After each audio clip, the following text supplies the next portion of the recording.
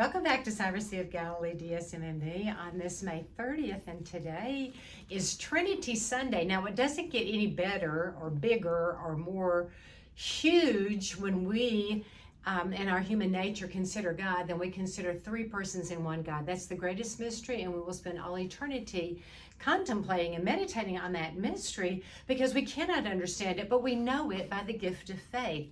The Holy Trinity, the Father, Son, and Holy Spirit, three persons, but one God.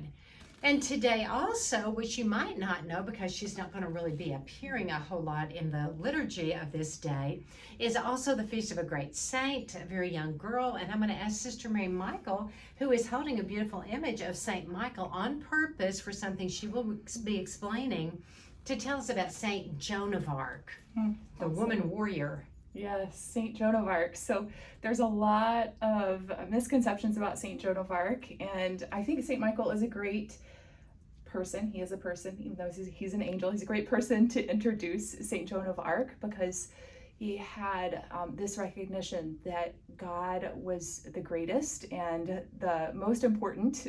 In even when Satan said he wanted to be like God, Michael responded with, "Who is like God?"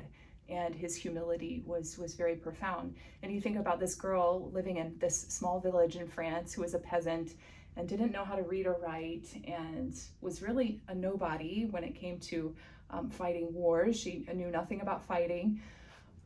The Lord asked her through Saint Michael and other saints who talked to her, and she was very close to God in prayer and became very familiar with the saints through her prayer life.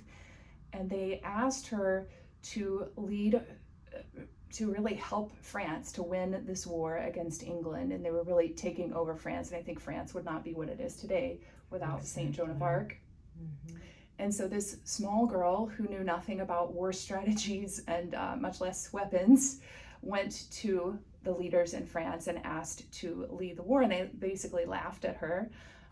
But eventually they believed what she was saying was actually God inspiring her to win for France, and she was successful and had the rightful king crowned.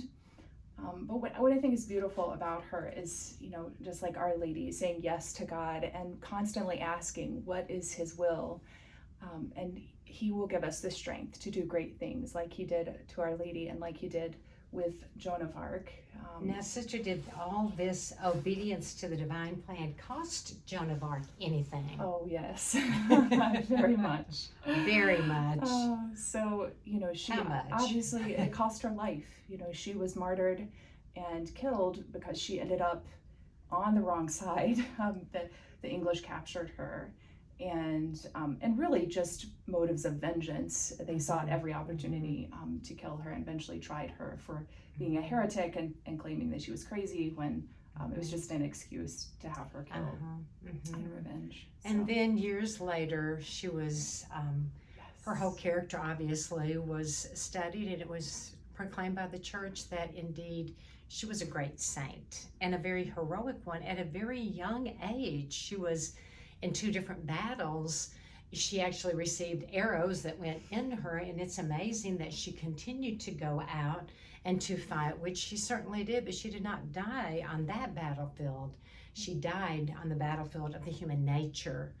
As Sister so incredibly pointed out, she was a victim of slander and persecution and others who did not have the faith that she certainly did have. So she is a great hero.